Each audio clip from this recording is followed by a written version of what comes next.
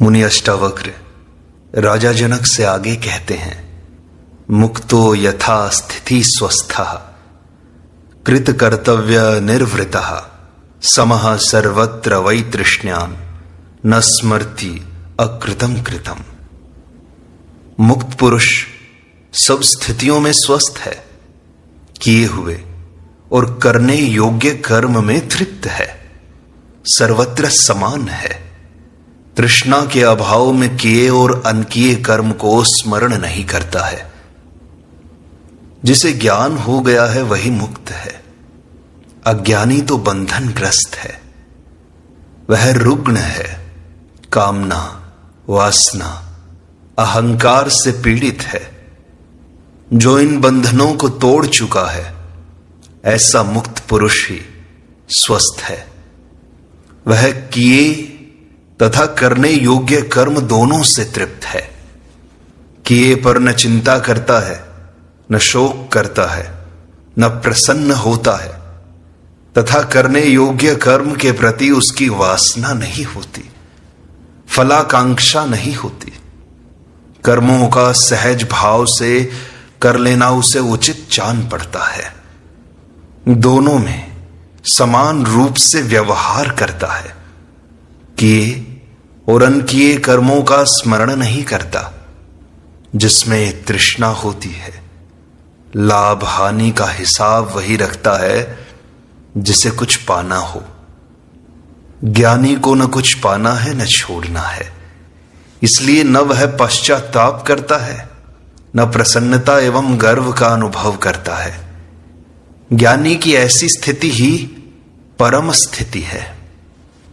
अष्टावक्र आगे कहते हैं, न प्रियते वंद्यमानो निंद्यमानो न कुप्यति नैवोद्विजति मरणे जीवने नाभिनंदति। मुक्त पुरुष न स्तुति किए जाने पर प्रसन्न होता है, न ही निंदित होने पर क्रुद्ध होता है, न मृत्यु में उद्विग्न होता है, न जीवन में हर्षित होता है। प्रशंसा एवं निंदा से जो प्रभावित होता है वह ज्ञानी नहीं हो सकता। उसके भीतर अहंकार है, जिस पर निंदा की चोट लगने पर वह क्रुद्ध हो जाता है एवं उसे प्रशंसा द्वारा फुसलाए जाने पर वह प्रसन्न होता है। अज्ञानी इनसे सबसे ज्यादा प्रभावित होता है। मुक्त पुरुष न तो मृत्यु के समय उद्विग्न होता है, क्योंकि वह उसे स्वाभाविक मानता है, सृष्टि का नियम मानता है, ना ही वह जीवन से हर्षित होता है। ये सब चित्त की तरंगे हैं, विक्षेप हैं, जिनसे वह अप्रभावित रहता है।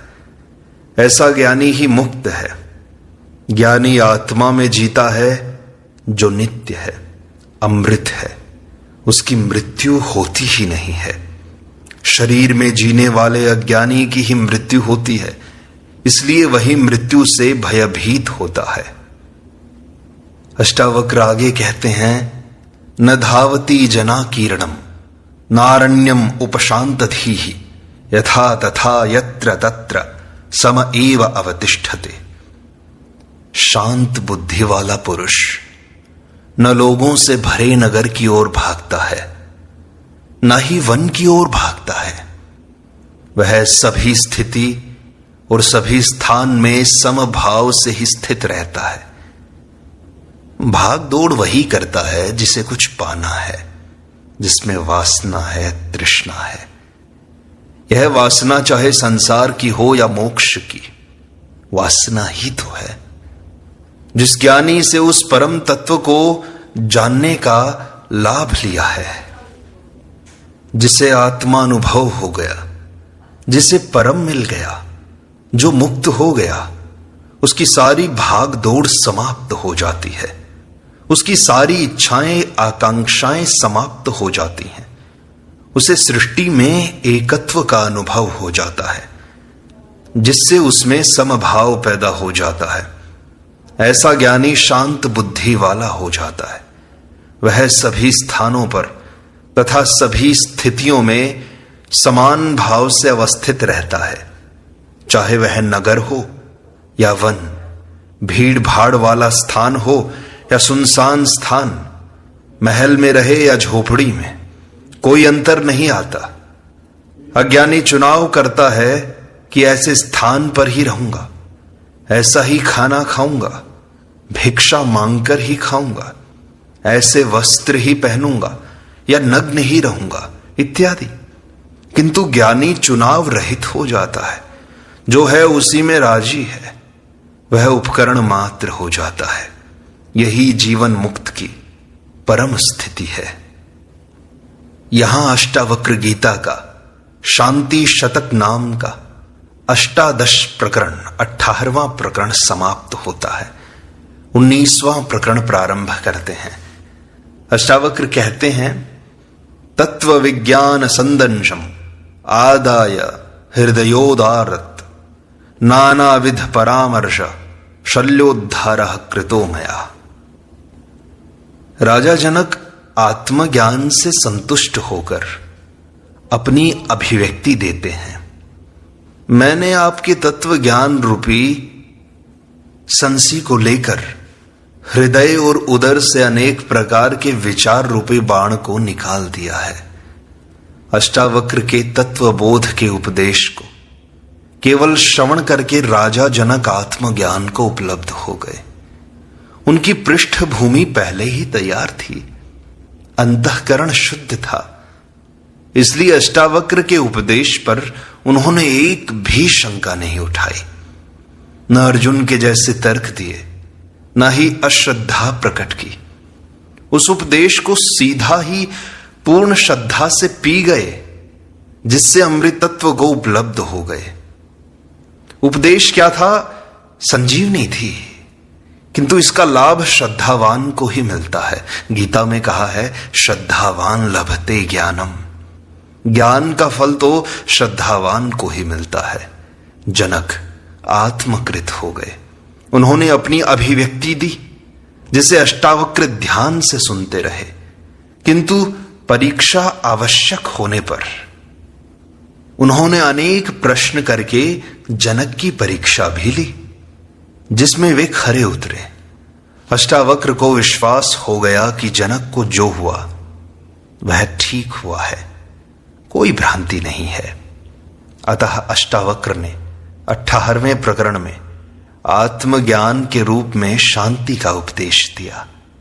यह उपदेश वैसा ही है जैसे गुरु विधिवत शिक्षा देकर शिष्य के परीक्षा में उत्तीर्ण हो जाने पर उसे दीक्षांत भाषण देकर अपने विद्यालय से विदाई देता है, तथा संसार में रहकर उसे कर्म करने का उपदेश देता है। आत्मज्ञान पर विधिवत दिए गए उपदेश से जनक कृतकृत्य हो गए।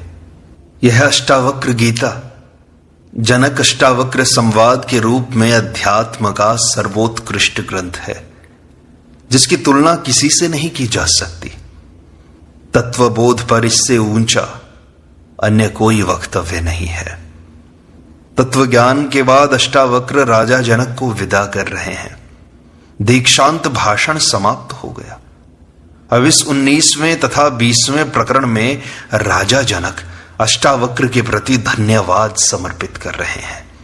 यह धन्यवाद भी मात्र औपचारिकता नहीं है, बल्कि अपनी आत्मस्थिति का वर्णन कर रहे हैं, जो गुरु की कृपा से प्राप्त हुई। आत्मज्ञान पूर्ण शल्य क्रिया है, जिसमें सभी विजातीय तत्व छूट जाते हैं एवं शुद्ध आत्मज्ञान ही बचा रहता है, जो स्वयं का है। जिस प्रकार भट्टी में गलाकर एवं विभिन्न प्रक्रियाओं द्वारा सभी प्रकार की मिलावट को निकालकर शुद्ध स्वर्ण प्राप्त किया जाता है, ऐसी ही आत्मज्ञान की प्रक्रिया है, जहां अज्ञान जनित सभी संस्कारों का परिशोधन हो जाता है एवं आत्मा रूपी स्वर्ण प्राप्त हो जाता है। इसमें मन, बुद्धि, स्मृति, शरीर, अहंकार, संकल्प, विकल्प, विचार, शास्त्र, धर्म, कामनाएं, वासनाएं आदि छूट जाती हैं, क्योंकि आत्मा के लिए ये समस्त विकृतियां ही तो हैं। ये सब विजातीय तत्व ही तो हैं, जिनका आत्मा से कोई संबंध नहीं है। मृत्यु के समय केवल शरीर छूटता है, अन्य सभी साथ जाते हैं। ये ही तत्व बार बार जन्म लेने के कारण बनते हैं, किंतु आत्मज्ञान में ये सभी छूट जाते हैं। इसलिए आत्मज्ञान को महामृत्यु कहा है। इसके बाद जो शेष रहता है वही स्वयं का है, उसी का नाम आत्मा है। मनुष्य की मुख्य बीमारी है विचार। विचारों से ही उसके कृत्य होते हैं। विचार ही मृत्यु के बाद साथ जाते हैं। इन्हीं से पुनर्जन्म होता है। सुख दुख का कारण भी विचार ही है। सभी द्वंद्व विचारों के कारण है। दूसरे शब्दों में विचार ही संसार है। निर्विचार साधना ही ध्यान है। इसकी उपलब्धि ही समाधि है। यही आत्मज्ञान है। जब तक विचार है आदमी स्वस्थ होगा। राजा जनक तत्व आत्मज्ञान को उपलब्ध हो गए। उनकी सारी बीमारी नष्ट हो गई। अब वे पूर्ण स्वस्थ हैं। वे अष्टावक्र के प्रति अपना आभार व्यक्त करते हुए कहते हैं, मैंने आपके तत्व ज्ञान रूपी संसी को लेकर हृदय तथा उदर से अनेक प्रकार के विचार रूपी बाण को निकाल दिया है। अब मैं पूर्ण स्वस्थ हूं। विचार ही आत्मज्ञान में बाधक है। ये ऐसी तरंगे हैं जिनसे चित्त में आत्मा का बिंब नहीं दिखाई देता। विचार शून्यता ही उपलब्धि की कुंजी है। विचार भटकाने वाले हैं। आत्मा विस्मृत मात्र है। उसे निर्विचार स्थिति से ही पुनः स्मरण में लाया जा सकता है। राजा जनक कहते हैं, क्व धर्मः क्व च वा कामः क्व चार्थः क्व विवेकता क्व द्वैतम क्व च वा द्वैतम स्वमहिम्नि स्थितस्य में। अपनी महिमा में स्थित मुझको कहां धर्म है, कहां काम है, कहां अर्थ है, कहां विवेकता है, कहां द्वैत है और कहां अद्वैत है। आत्मा हमारा स्वभाव है, वही सत्य है, आनंद है। उसे प्राप्त कर लेना ही सबसे बड़ी महिमा है। आत्मज्ञानी ही महामहिम है। अन्य सब महिमाएं झूठी हैं। दूसरों द्वारा दी गई महिमा झूठी है, धोखा है। दूसरा जो देता है वह उसे छीन भी सकता है। दूसरों ने महिमा दी तो तुम फुग्गे की तरह फूल जाते हो, अपने को महामहिम समझने लगे, किंतु उसकी चाबी दूसरे के पास है। वह जब चाहे तब तुम्हारी हवा निकाल दे, तुम्हारी महिमा छीन ले तो तुम पिछक जाओगे।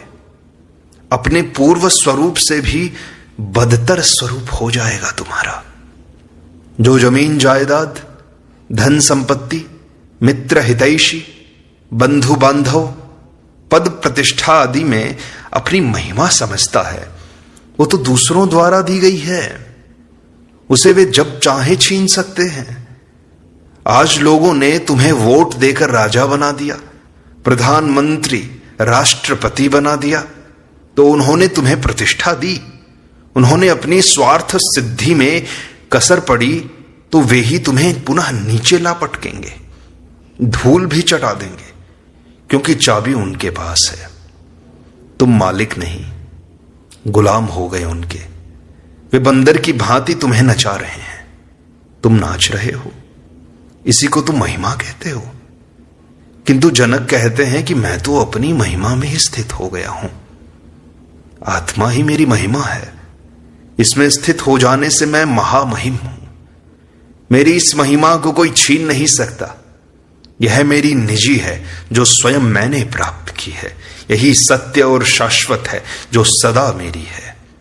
अन्य कोई भी मेरा नहीं है, क्योंकि वह अलग हो सकता है। आत्मा कभी अलग ना हो पाएगी। इससे बढ़कर अन्य कोई महिमा नहीं है। जिसमें स्वयं की महिमा नहीं है, वे ही दूसरों द्वारा महिमा चाहते हैं। किंतु जिसने निज की महिमा प्राप्त कर ली वही श्रेष्ठ है। इस निज की महिमा को प्राप्त करने के लिए विभिन्न साधनों का प्रयोग किया जाता है। धर्म, अर्थ, काम, विवेकता आदि भी साधन हैं। इसी प्रकार ध्यान, धारणा, समाधि, जप, पूजा, श्रवण, निदिध्यासन, शास्त्र, गुरु, सत्संग इत्यादि सभी साधन मात्र हैं। किंतु उपलब्धि के बाद इनका कोई उपयोग नहीं है। आत्मज्ञान के बाद भी इन्हें ढोते रहना मूर्खता ही तो है। बाद में ये साधन भी बंधन बन जाते हैं। शास्त्रों में कहा है, उत्तीर्णे तु गते पारे नौकायाः किं प्रयोजनम। जब मनुष्य नदी के पार उतर जाता है तो फिर नौका का प्रयोजन क्या रह जाता है? वह तो व्यर्थ हो गई।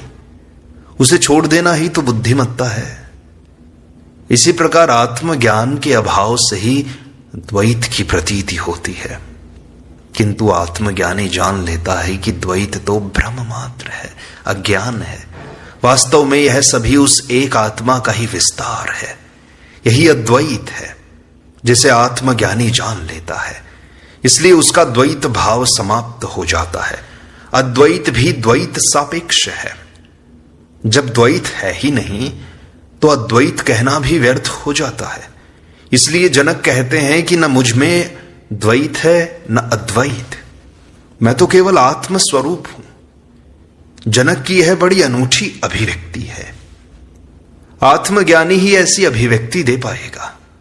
इस सूत्र में जनक कहते हैं, मैं अपनी महिमा में स्थित हो गया हूं, इसलिए धर्म भी व्यर्थ हो गया। उपलब्ध होने पर धर्म की भी जरूरत नहीं है। धर्म भी उपलब्ध होने का साधन मात्र ही तो है। सभी धर्मों में उपलब्धि की विधियां दी गई हैं। आचरण, कर्मकांड, योग, भक्ति, पूजा पाठ सभी विधियां मात्र हैं। इनकी उपयोगिता अज्ञानी के लिए है, ज्ञानी के लिए ये सभी व्यर्थ हो जाती हैं। धर्म का अर्थ किसी संगठन, संप्रदाय, मजहब आदि से नहीं है, बल्कि जो विधि आत्मज्ञान की ओर ले जाती है वही धर्म है। इसलिए वह साधन भी है। राजा जनक अष्टावक्र से कहते हैं, क्व भूतम भविष्यत् था वर्तमान अपि क्व वा क्व देशः क्व च वा नित्यम स्वमहिम्नि स्थितस्य में। नित्य अपनी महिमा में स्थित हुए मुझको कहां भूत है, कहां भविष्य है, अथवा कहां वर्तमान है, या देश भी कहां है। स्थान और समय का बंधन अज्ञानी को ही होता है। आत्मज्ञानी इसकी परिधि से बाहर हो जाता है। आत्मा नित्य है, शाश्वत है, अजन्मा है, निराकार है, निर्लिप्त है। अतः उसके लिए भूत, भविष्य और वर्तमान है ही नहीं।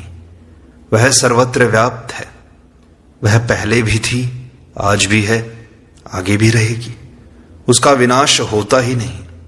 सृष्टि नष्ट हो जाए तो भी रहेगी। सृष्टि नहीं थी तब भी थी।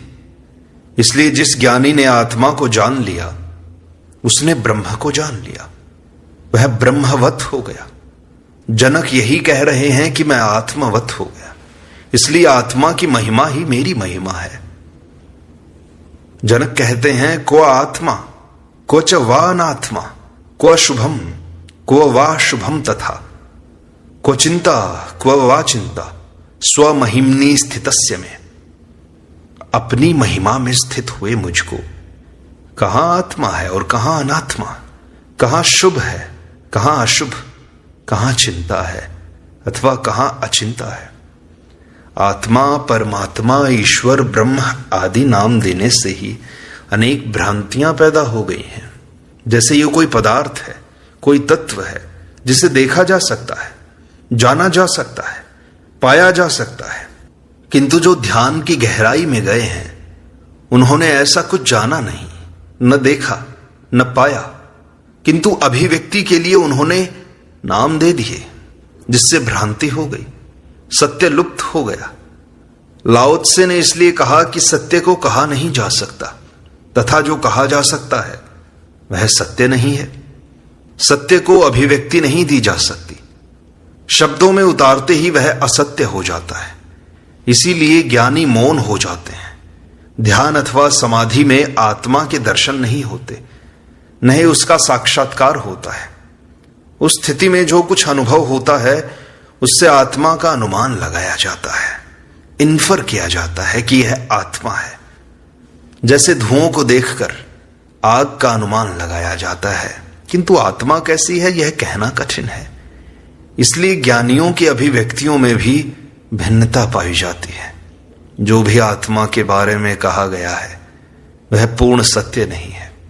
लाओ त्से ने इसे सत्य कहा, महावीर ने इसे आत्मा कहा, उपनिषदों ने तत् कहा, बुद्ध ने अनात्मा कहा, शून्यवादियों ने शून्य कहा, ज्ञानियों ने इसे ज्ञान कहा, भक्तों ने ईश्वर कहा, परमात्मा कहा, अद्वैतवादियों ने ब्रह्म कहा। जनक की अभिव्यक्ति अधिक स्पष्ट है कि उस स्थिति में पहुंचकर आत्मा अनात्मा का भेद ही समाप्त हो जाता है। वहां पहुंचकर केवल आनंद का बोध होता है, व्यक्ति शांत हो जाता है एवं ऐसी प्रतीति होती है जिसका वर्णन नहीं किया जा सकता। वहां पहुंचकर शुभ अशुभ, चिंता अचिंता का ख्याल ही नहीं रहता है, केवल चैतन्य शेष रहता है। यही चरम स्थिति है जहां पहुंचकर ज्ञानी पूर्णता का अनुभव करता है। यही उसकी महिमा है, अन्य कोई महिमा नहीं। ऐसा ज्ञानी ही महिमामय है। इस प्रकार अष्टावक्र गीता की सरल व्याख्या का यह भाग यहीं संपूर्णता को प्राप्त होता है। शेष अगले अंक में।